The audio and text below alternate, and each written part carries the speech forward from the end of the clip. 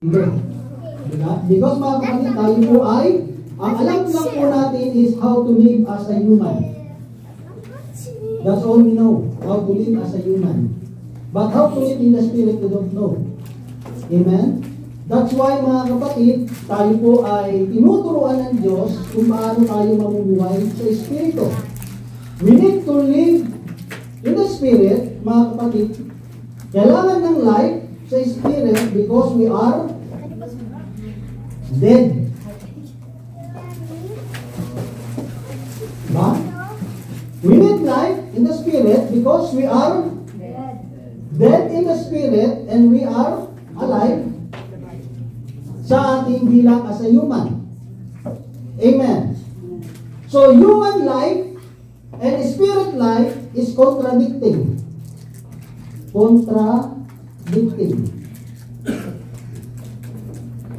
So mamaya po, we have a mass. Sabi niya ni Brother June, is support po tayo sa mass po mamaya, para at least to pakita na hindi lang natin ginagamit yung hall, but we, ngayon sabi ni Brother June, we support yung mass din, para at least makita rin nila na mga anak ni El Shaddai ay talagang we support the mass. So, human life and spirit life, mga kapatid, is contradicting. Why? Because our will, human will, and God's will, sadong malayo.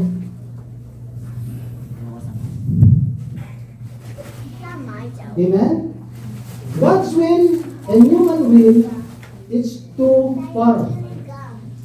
Masyadong malayo kasi yung gusto natin sa gusto ng Diyos. Kasi kung tayo lang papipiliin, masarap matulog ngayon. Because the whole week, mga kapatid, some of us is really tired working the whole weekdays. Kung atin lang yung kasarili natin, yung ating gugustuhin, masarap matulog, is good to sleep. Amen? Especially those kapatiran na come from malayo, from afar. Diba? Ako nga mga kapatid, ano na ako sun sa bahay, only 30 minutes lang yung tulog ko. Medyo mababa lang when we are in the van. Yung sa kay Brother Arthur. So, may kita niyo mga kapatid, iba kasi yung gusto ng Diyos, iba yung gusto ng tao. Kaya nga, people perish, mga kapatid, kaya nga yung, because of the will of the human will, si Adan at Eva, they commit sin against God. Amen? And this sin, mga kapatid, causes death in the spirit. It means, yung relationship natin sa Panginoon, nagkaroon ng problema. Amen? So, yung connection, yung relationship natin sa Lord, nagkaroon ng problema. Why we need to have spirit life, mga kapatid, in order for us to grow and to transform.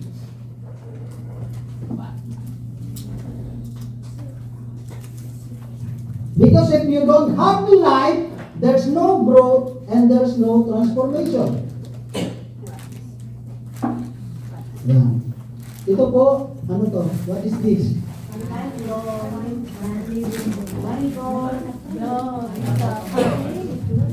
This one, mga kapatid, even you water it, kahit biligan mo ito, even you put fertilizer, even how it's useful, and kung gaano man kabisa, yung tubig at yung fertilizer, mga kapatid, it's useless. Because there is no life. There's no life. This is not organic. Kasi ito wala itong buhay. There's no life. Amen? So even you water it, put fertilizer, mga kapatid, walang nangyayari. Nothing's happened. Amen? So ibig sabihin, kung hindi pa tayo, if you're not, wala pa tayong life in the Spirit, mga kapatid, hindi pa buhay yung Espiritu natin, kahit anong pakinig natin ang salita ng Diyos, mga kapatid, walang nangyayari. Walang nangyari. Nothing changed. Nothing happened.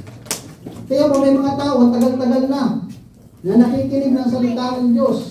Alam yung salita ng Diyos. Pero they don't have, wala silang strength, wala silang kakayanan para magawa yung salita ng Diyos.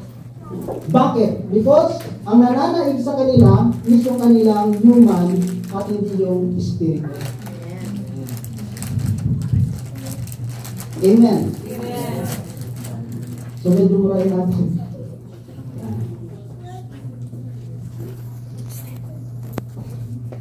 In Christian life, mga kapatid, ang Diyos ay nag-i-expect na tayo po ay mag-grow. Amen. Diba? Yung anak mo, kaya you have a baby, right? The first thing you want to hear to your baby is to say the word, Mama, Papa. Right? And you're really happy the first time you heard your baby say, Mama, Papa. And you are so proud to tell everybody, oh, my baby called me Mama, Papa. Amen? Pero ang problema, your baby is already 10 years old. And still, the word that he knows or she knows is, Papa, Papa. Are you be happy? Magiging happy ka ba? It means there's something wrong. There's something wrong. Pag walang growth, there's something wrong. Amen. Amen. It's the same thing in spiritual life. If a person, mga kapatid, hindi siya nagmamature, there is no growth sa spiritual, mga kapatid, there is something wrong. Amen.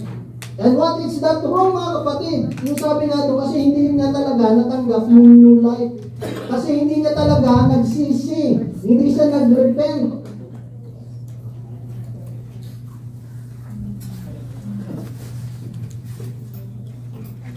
Amen. Walang change, walang pagbabago. Kaya pag walang pagbago, mga kapatid, there's something wrong. Kaya nga, as a believer ni Christ, ang Diyos, mga kapatid, He expected us na mag-grow tayo and the same time mag-transform. Mag-transform saan? Into His likeness. Maging kawangis ni Kristo. Amen. Tignan mo katabi mo, look at the person beside you. Ano nakikita mo? Si Kristo? Like Christ? Like Christ. Amen. Or not like Christ?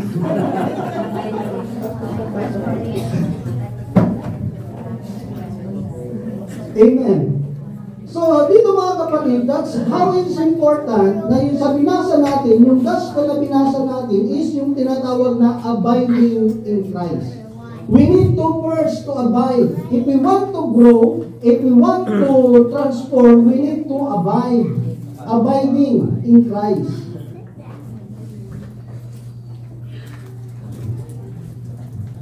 Kailangan tayo nakakunik kay Lord. Nakakunik. Diba? Kahit may gripo ka, pero yung tubo naman, yung linya ng tubig mo, disconnected. Kahit i-open mo pa yung faucet mo, there's no water coming out. Why? Because it's disconnected. Even you have a cell phone, but the line is disconnected because you did not pay your bills.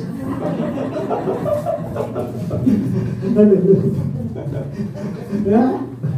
You did not pay your bills. And then you keep on calling, oh, why it's not, hindi siya hindi siya nakaka-reach na tawag, no, na napuputol. Because there's something wrong, na-disconnect ka. That's why disconnection, mga kapatid, is not good. Amen? That's why sometimes even we pray, parang pagkaramdam mo, parang hindi yata sinasagot ni Lord. Yung prayer mo, hanggang kesame lang. No? Hindi si Lord yung sumasagot, kakao.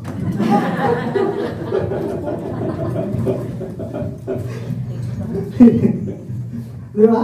Yung prayer mo hanggang kesame lang. Kesame lang, hindi maabot sa langit. Di ba? Kasi bakit? Kasi disconnected ka eh. Amen. So to abide in Christ mga kapatid, kaya nga sabi dun wala tayong magagawa. You can do nothing without God. Wala tayong magagawa. Amen. Kasi mga kapatid, ganito yan. Hindi ako maganda mag-drawing. Di ba? Si Lord yung vine. Tapos ito yung mga branches, di ba? Tayo. Yung branches is us. No? Ito si Lord yan yung vine. So, yung ugat mga kapatid, ito yung sumisip-sip ng mga nutrients. Yung nutrients.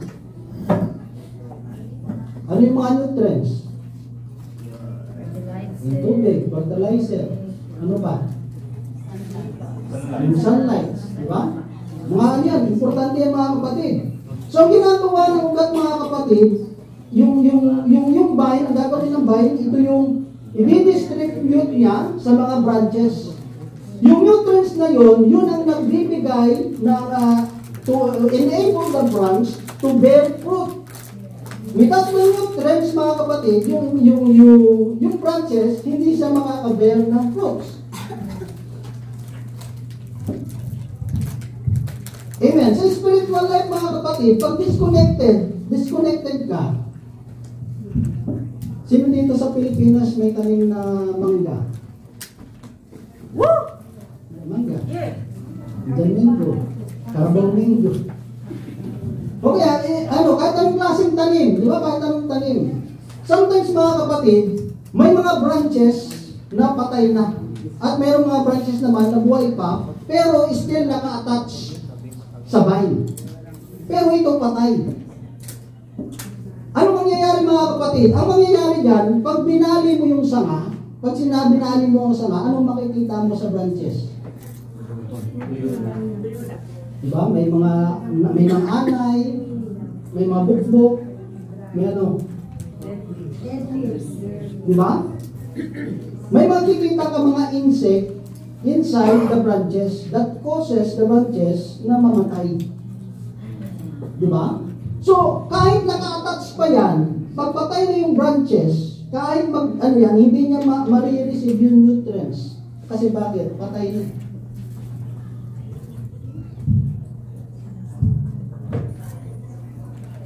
At tumahimik.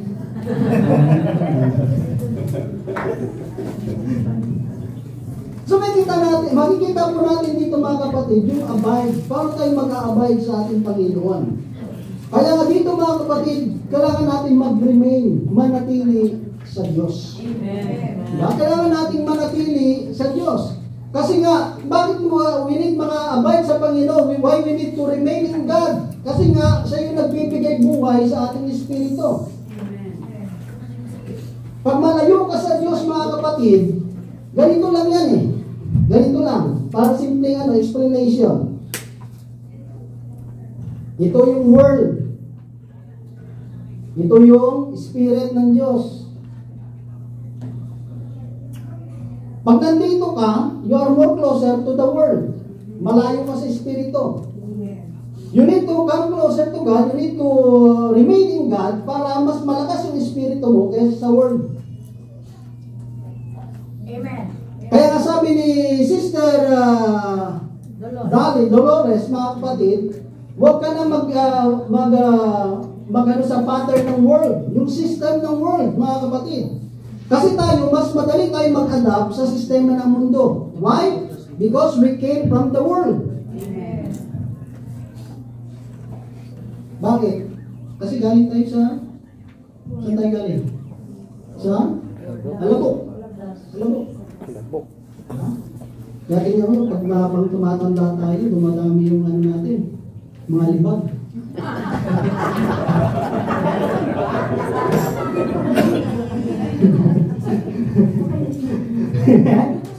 No, pag nagkakaedad na tayo, ang term sa atin sa Pilipinas, parang nangangamoy lupa na. Di ba?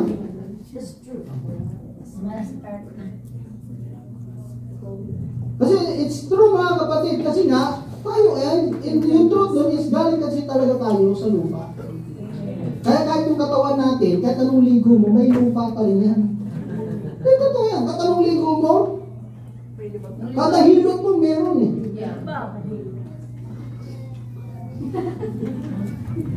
Sabi niyo, bakit karoon na ako ba? Siguro nagliligo. Amen. So, ibig sabihin mga kapatid, kailangan natin mag-grow, kailangan natin mag-abide, kailangan natin mag-remain sa Panginoon. Kasi bakit? Kasi siya yung buhay ng Espiritu natin eh. Diba? Kaya nagiging problema, the Spirit is willing but the flesh is weak. Yung Espiritu gusto mag-pray, mag-praise, mag-worship kay Lord. Your Spirit want to pray kay Lord, pero yung katawan mo walang gana. Parang yung nananalangin ka, you're just praying. Then you wake up in the morning, you realize, oh, nananalangin yata ako nun. Hindi niya pala natapos. He didn't even finish his prayer last night. He just woke up, oh, parang nananalangin ako yun. Di ba? So makikita natin mga kapatid, kasi yung Espiritu ng Diyos, Spirit mga kapatid, ang Espiritu kasi mga kapatid, manauunawaan niya yung mga bagay na Espiritu. Because Spirit to Spirit. You will not fully understand the work of the Spirit if your spirit mga kapatid is dead. Amen.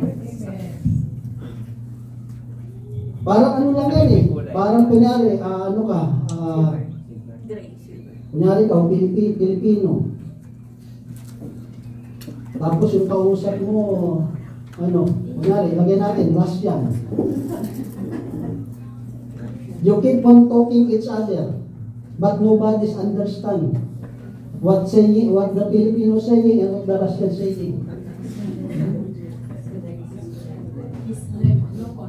No connection. Diba? Walang match. Walang connection eh. Diba? So, yung conversation nyo, it's useless. Because why? Because the Filipino don't understand the Russian language, and the Russian language don't know to understand each other. Because the language of the Spirit is different from the language of the world. Kaya nga yung taong buhay sa Espiritu, yung nakakaunawa lang din sa iyo, yung mga taong buhay sa Espiritu. That's why there are some people who's living in the world, they don't understand what you are doing. Sometimes they saying what you are doing in the CLSS, in the seminar is useless, waste of time. You will get nothing. For them, they don't understand because this is the work of the Spirit, and they are living in the world. That's why sometimes it's hard to explain to this worldly people about the Spirit, because why? They are dead in the Spirit. Amen. Tapos ang problema, makikipag-away ka pa. Diba? Kaya nga, it is good mga kapatid na tayo ay nabaptize in the Spirit, na tayo ay mamuhay sa Espiritu ng Diyos. The more mga kapatid, we abide in Christ mga kapatid, the more we appreciate mga kapatid, yung pamumuhay sa Espiritu. Amen. So dito mga kapatid, paano ba tayo mag-a-abide sa Panginoon? How we will remain in Christ? Number one, dito mga kapatid, yung obedience.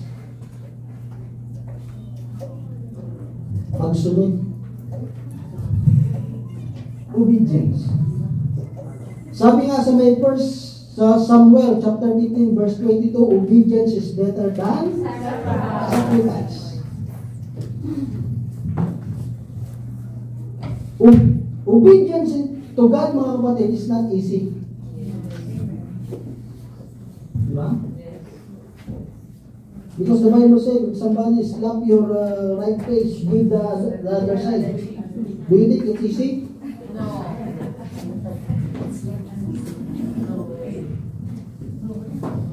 If somebody is asking for your dress, give not only your dress, everything, the whole thing. Do you think that it is easy? No, it's not easy. Yung pagsunod sa Panginoon, hindi easy. That's why it's sacrifice. Amen. But if you love God, it's not anymore sacrifice. It is your joy. It's your willingness. Kasi nga mga kapatid, because mahal mo yung Diyos. Diba? So mga kapatid, yung obedience is better than sacrifice. And it is really hard to obey with God if we will not commit ourselves first to God. Diba? Amen. Ano na ba yung oras? Okay pa. 10 minutes? Ano mo na, isasama mo na yung growth and transformation. So, yung obedience mga kapatid is very important mga kapatid. Kasi bakit? Yung obedience mga kapatid, tatak kasi yan ang pagiging follower of Christ. Follower of Christ. We are Christian, means we are follower of Christ. How you can be a follower of Christ if you don't know how to obey? It's simple. Right? You cannot say, I'm a follower of Christ, but you always disobey. You don't obey. You are called follower of Christ because you obey. If you don't obey, you are not a follower of Christ. Amen. Amen. So makikita po natin dito mga kapatid, napakalaking pagsunod. At maraming tao ang hirap na hirap sumunod sa Diyos. Sometimes they obey God but they have a condition. Lord, I will obey you but Lord. Diba? Gusto natin may condition pa. Tandaan natin, walang mawawala sa Diyos. Amen. Malaking mawawala sa atin pag wala tayo sa Diyos. Amen. Amen. Diba? Kahit walang tao, God will still remain God. Mananatili sa Diyos. But the Bible says clearly, without God, we are nothing. Amen. That's why the word Christian, when you remove Christ, I-am, it means I am nothing. So it means without Christ, ang natira lang sa iyo, yan, ayan. O iyan, I am nothing. But because of Christ, we are something. Yan, praise the Lord. Ito to yan. Diba? So we abide in Christ and we need to follow Christ. Why we need to obey Christ? Why we need to follow Christ to be, mga kapatid? Kasi ang magiging next nyo mga kapatid, to abide in Christ, it requires living with Christ. Diba?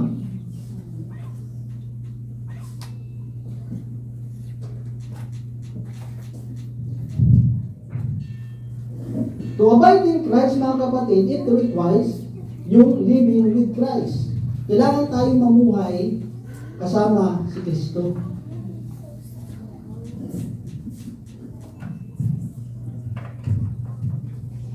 The Word of God is the will of God. And the will of God is the Word of God. Kaya nga tayo bilang mga believers of Christ, na baptized ng banal na Espiritu Santo, we accept Christ sa buhay natin and we become a new creation, mga kapatid. It is very important, mga kapatid, na tayo ay sumusunod, we follow the will of Christ, yung na tayo ay nakikinig ng salita ng Diyos. Kasi bakit? Kasi doon sa pamamagitan ng salita ng Diyos, tayo ay nalalaman natin yung kanyang kalooban. Amen. Diba? Kaya na tayo nakikinig ng salita ng Diyos eh. Kasi kung hindi dahil, if it is not because of the will of God, sa word of God mga kapatid, wala ako ngayon dito. Amen. Because I encountered Gawain ni El Shaddai 1996. And I'll become a preacher of El Shaddai sa amin sa Iloilo, 1999. So mga kapatid, kung hindi dahil sa Word of God, walang Brother Ronald. There will be no transformation, mga kapatid. If there's no growth, mga kapatid, there will be no transformation. Bakit mo kailangan mag-grow? Kasi magta-transform ka. Amen. Diba? Alam niyo yung butterfly? Bakit mag-transform ako sa butterfly, naging cocoon mo na yan. But there is a process. And some people, they fail this kind of process. Yung pag-grow kasi natin, mga kapatid, nakadepend yan, mga kapatid, how you cooperate. Cooperate. God wants us to grow, to transform into His likeness, but without our cooperation, wala. Hindi tayo mag-cooperate. Kasi gusto mo hindi kasi yan ang gusto ko ito yung gusto ko This is what I want, Lord. Diba? Kasi ayaw natin ng proseso. We hate process. Ang gusto kasi natin yung madalian. We want the quick process. Yung instant noodles.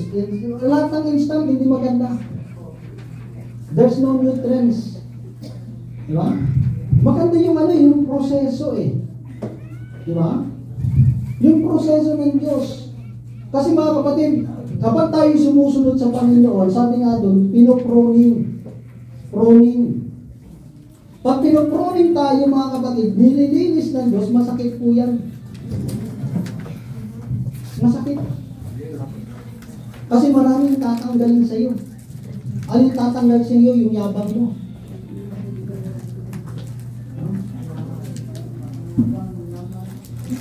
Amen?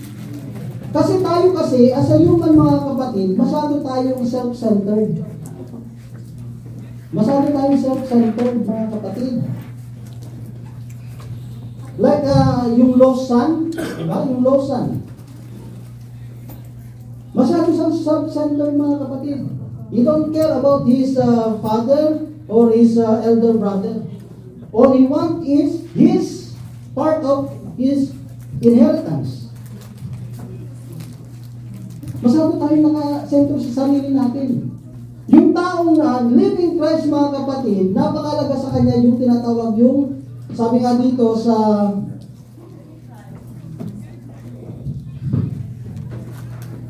salitang growth, mga kapatid, may syllable siya, yung growth.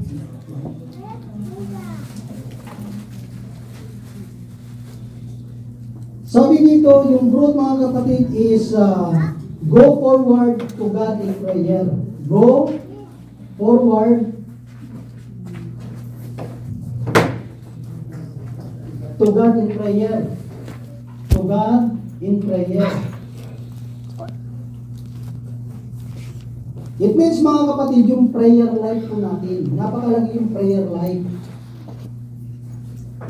Si Lord, mga kapatid, He always find time to pray.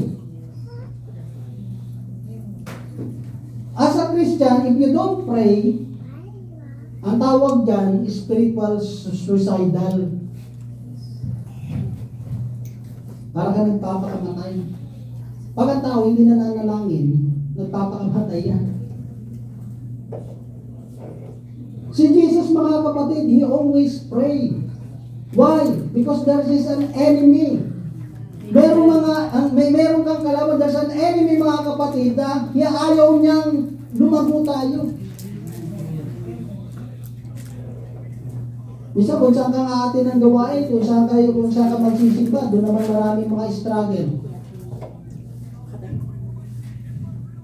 Diba? So, kailangan yung prayer, mga kapatid. Napaka-important niyan to grow in spiritual, to transform in spiritual. We need the prayer life. Because when Jesus sa Mount, yung nag-transform siya, yung transfiguration, what he's doing? He's praying. Even Moses in the Old Testament in Exodus, when he go to the top of the mountain of Mount Sinai, mga kapatid, he prayed 40 days, 40 nights. And the people see his face, the glory of God. Amen. Pag ang tao, babad sa panalangin, you will see Christ. Sabi mo, Brad, kada kita ko sa mga, kita ko ang Diyos. Yan, sa ganda yun, no? Kasi, ewan, kada kita ko, hindi naman, nakakita ko hindi mo. No, bakit na gano'n, di ba? Ano gusto niyo mga kapatid, pag may tao nakakita sa iyo, sasabihin, oh, I see Christ in you, or I see the other one. Oh, you look like an angel, the fallen one.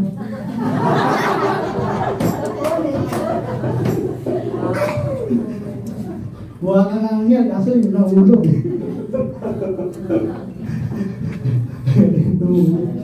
So, prayer, napaka-importante. It's very necessary, mga kapatid. Ang taong malalaman mo na ang isang tao ay lumalago sa spiritual because he keeps on praying. Amen. Even you don't know what you need to pray. Kung ano ba yung dapat mong ipanalangin. Kasi minsan yung Espiritu ng Diyos maglalagay sa puso mo yung burden na hindi mo alam ano yung pagpipray mo. But you just keep on silent, mga kapatid, and you just na inahayaan mo, Lord, gamitin mo ako. Diba? Amen. So, number 2, mga kapatid, is yung relationship natin sa Diyos, mga kapatid. No? Relationship with the Lord.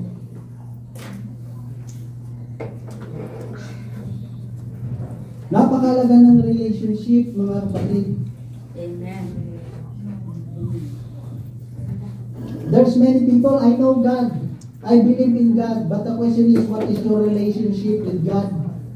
Anong relasyon mo? Sabi mo, kilala ko yung pinakamayaman sa mundo, kilala ko yun. Eh, ano ngayon? Diba? I know God. Kaya tawa yun, so what? Diba? Even you know the richest man in the world living today, mga kapatid. So what? Kasi wala ka namang relasyon eh. Anong relasyon mo dun? Wala lang, kilala ko lang, bakit? Diba? Wala, kilala ko lang, bakit? Eh, kung sa kilala ko, at least kilala ko. That's what is important, mga kapatid. At least kilala ko. The question is, what is your relationship? Kaya napakalaga yung relationship sa Panginoon, mga kapatid. Diba? It means fellowship. Pag meron kang relasyon sa Panginoon, you have fellowship. Even you have a relationship, but you don't have fellowship, your relationship means it's a bad fellowship or there's something wrong. Hindi ayos yung relasyon nyo. Pag ang mag-asawa, hindi nag-uusap, may relasyon naman yan eh. Diba? Husband and wife. But they don't talk each other. No fellowship.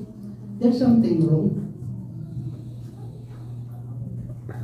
That's why we go to church. That's why we gather with our brethren. Kasi bakit mga kapatid? Because we need fellowship. And that fellowship brings relationship. And relationship brings fellowship. Magkano yan eh? Correlated yan sa ang isa. Hindi mo pwede sabihin na may relasyon ka pero wala kang fellowship. No, ano nanay ko yan, tatay ko yan. Ano naman fellowship? Wala kami, hindi kami nagkwekwentuhan. Hindi kami nag-uusap. Basta nanay ko yan, tatay ko yan, asawa ko yan. Hindi kami nag-uusap. Pag nag-uusap kami, we just text each other.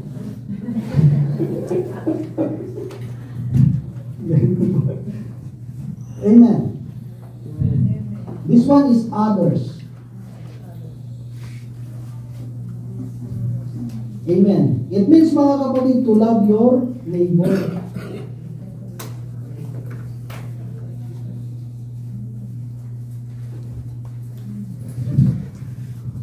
The second commandment of God is the second greatest commandment of God is love your neighbor as you love yourself. Sa tingin nyo, bakit inutos yan ng Diyos na mahalin mong kapwa mo gaya ng sarili mo?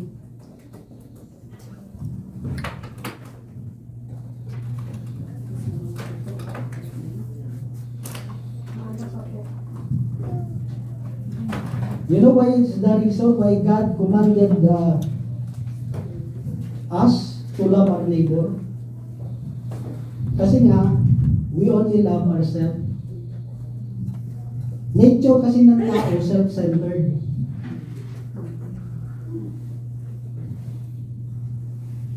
Unahin mo talaga sarili mo. Ito yung naging problema ng alibuhang anak. His only concern is himself.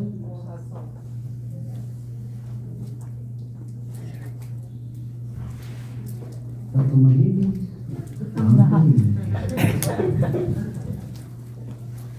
Kung minsan wala tayong pakialam sa ibang tao. Bahala ako sa buhay nyo. Bahala rin ako sa akin. Diba? Hindi ganun eh. Kasi kung tayo nag-grow with Christ, mga kapatid, yung proof natin that we love God is through our neighbor. Amen. Diba? Kasi bakit? Kunyari, ikaw magulang, kung sino yung mahal ng anak mo, mahal mo rin. Kung sino yung kaibigan ng anak mo, kaibigan mo rin. Kasi bakit? Kasi mahal mo anak mo. Ano man bagay na importante sa anak mo, para sa importante rin pinahalagaan mo. Why? Because you love your son or your daughter. Diba?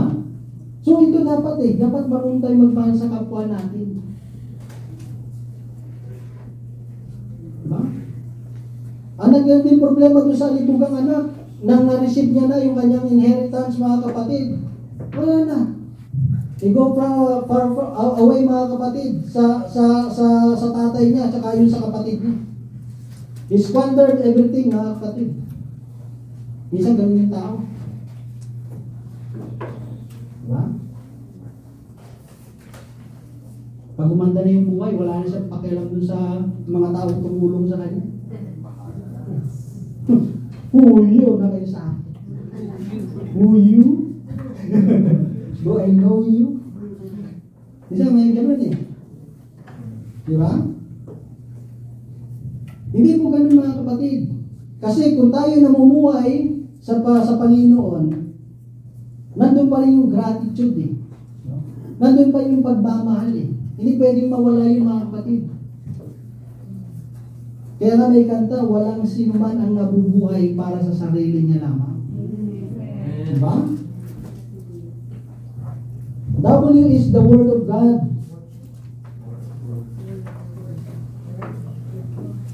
To grow in Christ, we need His Word. Kaya nga sabi ng Bible in Matthew chapter 4 verse 4, a man is not live by bread alone. Diba? Yung tao hindi lang namubuhay sa tinapay, kundi sa bawat salita na namumutawi sa bibig ng Diyos. To grow in the spiritual, mga kapatid, and to transform in Christ, we need the Word of God. Because through His Word, malalaman natin yung kanyang kalooban. Lord, what is your will sa akin? Kasi nga, mga kapatid, na-share ko naman to. I'm studying in University of Iloilo, Commerce, Bachelor of Management. But I didn't finish my study. I just Nalo ko lang is second year college. Why? Because, mga kapatid, dumating yung calling, yung God's call. No? Pag dumating kasi yung call ng Diyos, it's really hard to resist. Hindi ka talaga patutulugin. You cannot find peace. You cannot find peace. Because even the Bible says, even you go under the sea, the God is still there. When you go to the top of the mountain, the God is still there. There's no place to run. Yeah. You just tiring yourself and keep on running. Pinapagod mo lang sarili mo, kapatid. Ang takbo ka ng takbo, madadapa ka pa niya. Mapatagod ka sa kakatakbo. There's nowhere to hide, there's nowhere to run. Then I decided, Lord, magpo-full time ako. No? Because in the Philippines, I'm a full-time missionary. No? So, doon mga kapatid, talagang it's a tough decision. Ganun talaga pag-obey kay Lord eh. And the people say, oh, why you left your study? What will happen to you in the future? Even I don't know my future, but I know my God knows my future. Diba? Diba yung importante yan? Nakakarami ako ng English.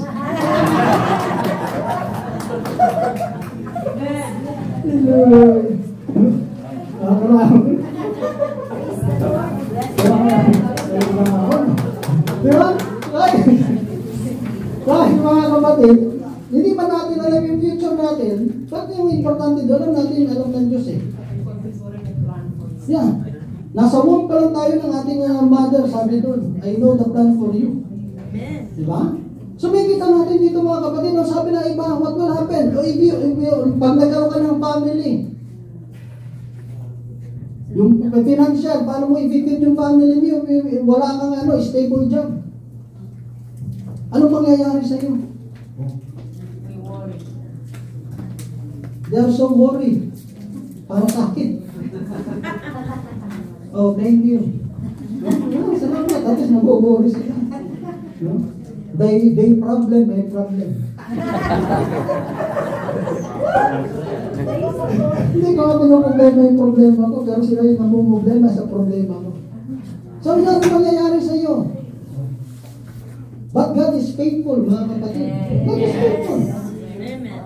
Yung mga nagsasabi sa akin, ang mangyayari sa iyo. O ako, nandito na sa Canada, sila nandun pa rin. Because bakit? Kasi may plano ang Diyos eh. You cannot question God's plan. All you have to do is just obey. Follow the word of God. Sundin mo yung salita ng Diyos. Iyan ang maganda kasi pag nakakay Lord ka eh. Kasi yung future mga kapatid, pag wala ka kay Lord, uncertainty kasi hindi, walang kasiguraduhan eh. Pero pag nakakay Lord ka, diba? Alam mo may future ka. Amen. Letter 2. Yan. Malapit na tayo mga kapatid, yung transformation. Transformation. Sa group yan, kasama. So, pag sinabi nga transformation, it means to change the outside from inside. Yung change. Everybody, if there's changes, everybody reacts. They don't want change. That's the problem, right?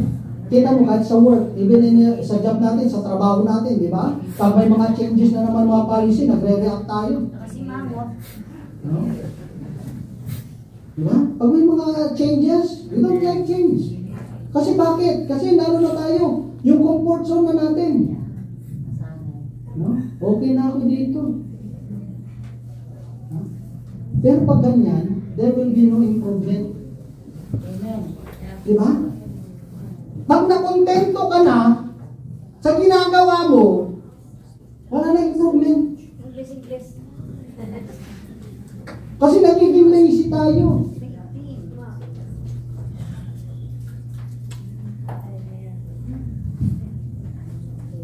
Diba? Pag may pagbabago, mahirap yan, ayaw ng tao ng pagbabago.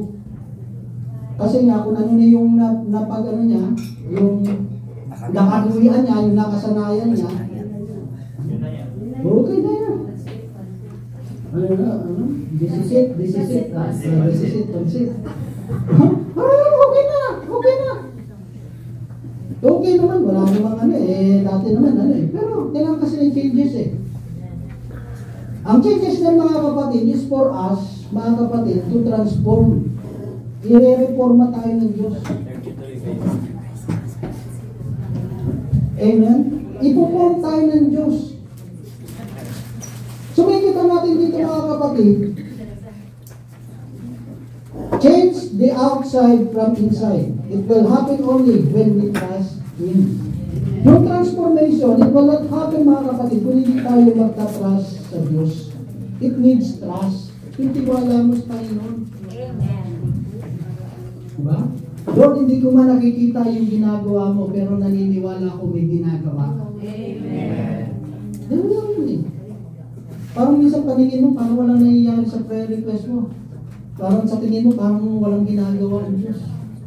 But if you believe and trust God, sabi mo, Lord, hindi ko man nakikita may ginagawa ka, pero alam ko, meron. Amen. Then makugulat ka lang, may isang presang darating sa iyo. Diba? Minsan yung hindi mo hinihingi, yun ang binibigay sa iyo. Tapos yung hinihingi mo, wala ka rin, wala pa rin. Kasi bakit? Kasi hindi yun ang gusto ng Diyos. Diba? So transformation mga kapatid, if we want to be like Christ mga kapatid, it means mga kapatid yung trust sa Panginoon. Trust the process. Magtiwala ka sa proseso ng Diyos. Yes. Amen. And letter H is the holiness. Diba?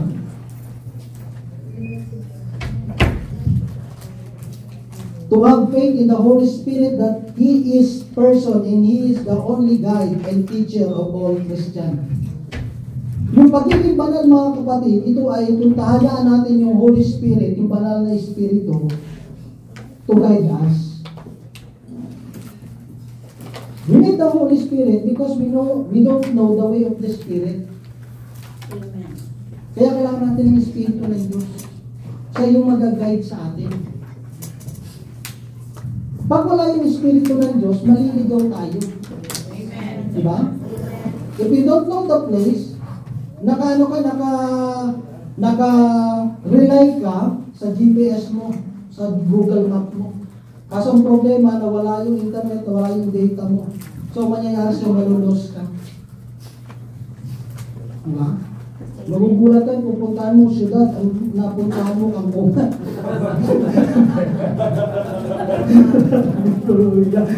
Diba? Pupunta ka sa siyudad city, diba kasabi mo Kampungan. Diba? Kaya, napakalaga mga kapatid yung Espiritu ng Diyos The Spirit of God mga kapatid, kaya nga tayo sumusunod sa Word of God because God wants us to become holy. Hindi yung huli na huli ka. Huli ka, pero hindi kulong. Ang gusto na Diyos, yung holiness. Diba? Tayo ay maging banal. Talaga mga kapatid, pag na kay Lord ka, marami ka talagang kasi nakilala ko si Absaday, second year high school.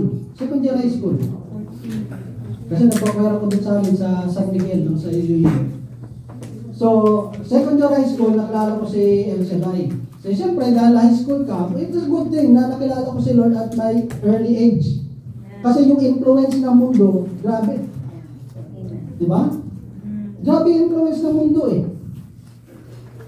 Meron nga, nasa Christian family na yung anak pero dahil nabarkada Yes. No? Di ko to yan. No? Mula pagkabata, nasa gawain Yes. Nang nag-teenager na, wala na. No? Nag-separate na ng landas, malayo na. Amen. Amen. siyempre may mga ginagawa yung mga kabataan na siyempre dahil na kay Lord ka, nandun yung conviction ng Diyos, siyempre hindi ka nakikiayon sa ginagawa niya. And my friends say, they said to me, sabi nila, time will come, mawawalan ka ng kaibigan. You will lose a lot of friends because of your service to God. Because, kasi siyempre, yung ways nila, iba sa way mo eh. Yeah? Because you wants to enjoy your time, mga kapatid, kay Lord, sa gawain ng Diyos, sa prayer meeting. And your barkada, they don't want like that. Kaya sabi niya, in the future, you will lose a lot of your friends. Mawawalan ka ng kaibigan. Kasi yung ginagawa nila, hindi mo ginagawa. Ay, totoo, nangyari. Kasi yung basa kanina namatay. Kasi bakit? Kasi sinira nila katawan nila. Diba? Sinira nila ang katawan nila. Diba? Sa mga vices. Nagka-cancer na. Yung iba, So, I lose a lot of friends.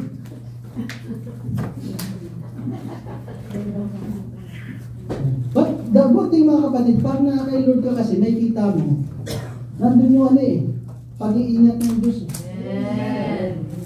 Diba? Nandun yung pag-iingat ng Diyos. Amen. Yes. Ano pag-iingat ng Diyos?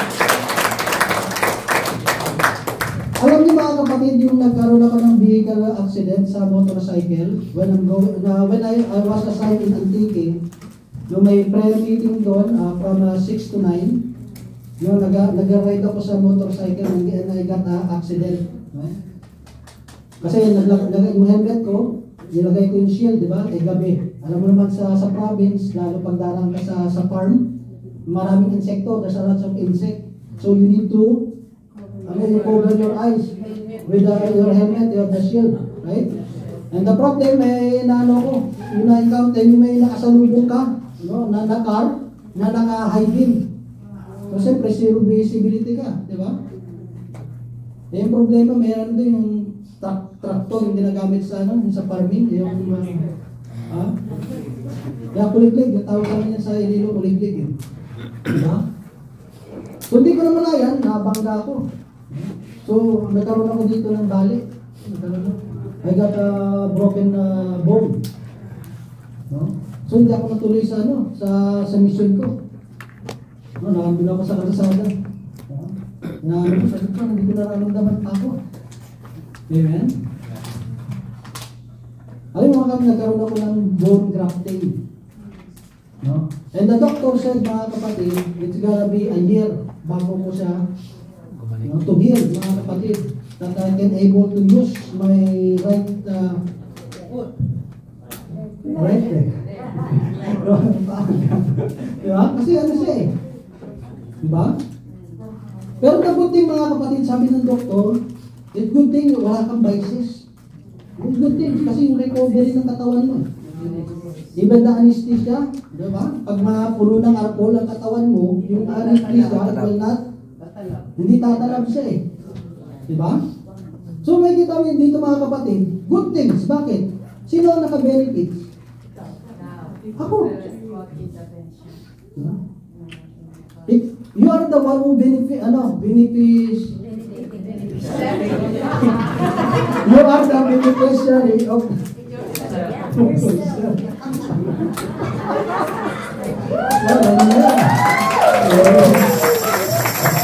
Ibig sabihin kasi doon, pag nagbago ba yung buhay mo, pag nagkaroon ka ba ng bagong buhay, sino ba ang nakakabenepisyo? If we follow the will of God, who benefits? It's not God, it's us. Amen. Pakialam naman na Diyos kung susundin mo, hindi. Diba? Wala namang mawawala sa Diyos eh. Kung nagbago, nag-change, nagkaroon tayo and we become a new creation, na bago buhay natin, ang nakabenepisyo, hindi Diyos, tayo. Amen. 1 month pa lang, sobra 1 month. may metal eh. Hindi, yung metal ko, hindi sa loob, nasa labas. Just 1 month, I called my Pepsi's head. Sir, I want to go back to my mission. No? Tapos may ano ko, may saklay. Okay, tsako. Kasi bakit? Kasi pag alam ko, I know my mission. Diba? I know my mission. I don't want to waste my time lying on the bed, waiting to heal, for my healing. Diba? Wala, in-outreach ko. Diba? Tapos meron pa kami intercessory, sa ano kami, sa bundok. No, we have intercessory for 3 days. The mountain. Yung mga workers, na mga problema sila, Brad, paano ka makakakyat doon? No? If I cannot use my feet, I can use my hand.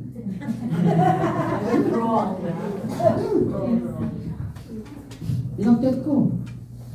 Pero makita mo yung goodness ng Diyos. Sabi ng doktor, magagamit ko 1 year. Pero 2 months pa lang nilakad ko. May bakal ha, may bakal yan. May video pa ako yan, may bakal. Is still there. I remove my crutches, then I dance.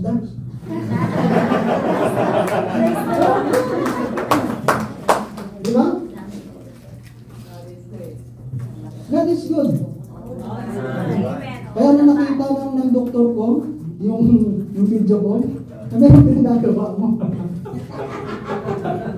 Pero nakita mo doon mga kapatid, ang naka-benefits, ako rin. Pag nagbago buhay natin, sino ba nakaka-benepisyo? Tayo rin eh. Nabubuo yung pamilya natin. Nawawalan ka ng kaaway.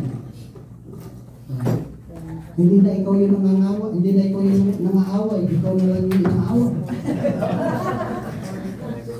Amen. Thank you. So dito mga kapatid, no? Yung holiness. No?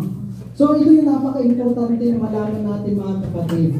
We need to grow and we need to transform. Tayo ay mag-grow lamang kung tayo po ay buhay. We are living in the Spirit. Amen? So sa oras nito mga kapatid, let's all stand.